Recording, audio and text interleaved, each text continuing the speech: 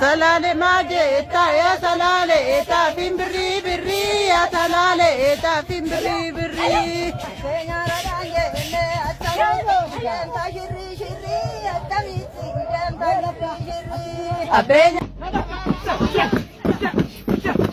Ummanni salaalee ummanni shawaa kun rakkoo addaa qaba. Rakkoo isaanii itti himuun baay'ee barbaachisaadha. Maaliif beektanii dhugaa jirtu walii himanii akka jirtu walii himanii wal kabajanii naamusaan waliin jiraachuun baay'ee barbaachisaadha. Akkasuma immoo dhugaa jirtullee walii galchuun hedduu barbaachisaadha. Mee dhugaa isaanii isin haa shaamu dura. Ummanni kun jaarraa lamaa oliif waggaa 200 oliif mootummaan dhufee dabraan ummata shawaa kana ummata salaalee kana mandhee godhatee waraana irratti fe'ee achirraa kutaa biraatitti bobbaasaa ture. Ummata kana aadaa isaanii duudhaa isaanii safuu isaanii balleessuudhaaf yaaliin hin godhamin hin jiru. Amantii isaaniillee dabalatee jedha. Ummanni sanyii Taaddee Birruu warri Agarii Tulluu ilmaan Maammoo Muzammil kun ijoolleen onnee sibiila lakki dinne. Aadaa kenna.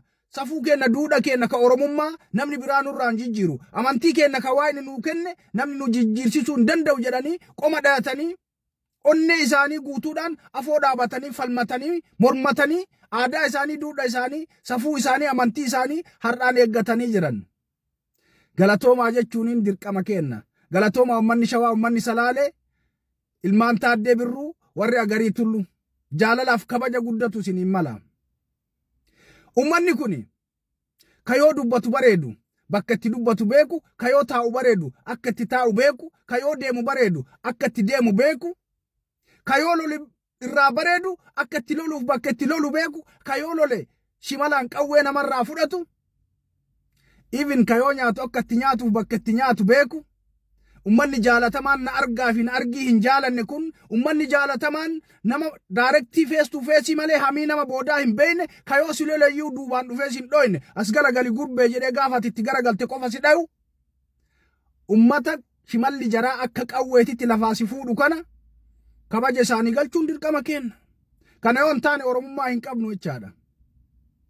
Sigalee ummata kana shawaa kana guutuu keessa deemee beekan. Ummata yoo irraa waa bitattuuf itti gurgurattullee ol jedhee keessa sillaalle ka gajjedhee seeqataa kolfaatuma sitti gurguratee sirraa bitatee si biraa deemu. Ummata yoo magaalaa isaanii kana guutuu keessa deemte. Intalli diqqoon waggaa 15 16 ka silaa harmaa fi hudduu waxxartee badhee keessa deemuun isirraa tole. Naxalaa uffattee shaarbii uffattee gajjettee deemtu. Naamusa haadhaaf abbaan barsiifteen kabaja haadhaaf abbaan barsiifteen deemtu ummata shawaa kana argitaa jechaadha. Sigalee miidiyaa kana irratti ijoollee shawaa ka gadi baatee ganda namaa kutaa namaa arrabsitu asirraa baala gattu menneqqattu hin argitu yoo guddate nama 2 yookaan nama 3. Mee TikTok kana irraa intala shawaaf bareedduu intala shawaaf fokkattuu gadi baatee miidiyaa kana irraa TikTok kana irraa qawxii gootu takkatti naafidhaa hin jirtu hin argitan. Maaliif beektanii? Ummatatu haadhatu abbatu kabajaadhaan naamusaan qunxuuxee garafee guddise. Warri miidiyaa kanarraa iyyee waa balleessii dachii walitti dha'e intala haadhaaf abbaan kabaja malee guddifte intala haadhaaf abbaan mataan isaaniitu kabaja waliif hin qabne jechaadha. Kanaaf ummanni kenna ummanni shawaa ummanni jaalatamaan kabajamaan galata guddatu isiniin mala. Isin jaalatamtoota jaalala isiniif kennuun dirqama kenna. Kanaaf jaalala isinii qabu isinii ibsuuf dhufe. Ummata har'allee safuu isaa eeggatee manguddoon bifa kanaan ragaddee shubbiftee aadaa isaanii kaleessaa ibsattu bakka biraatitti hin argitu. Jiraadhaa ulfaadhaa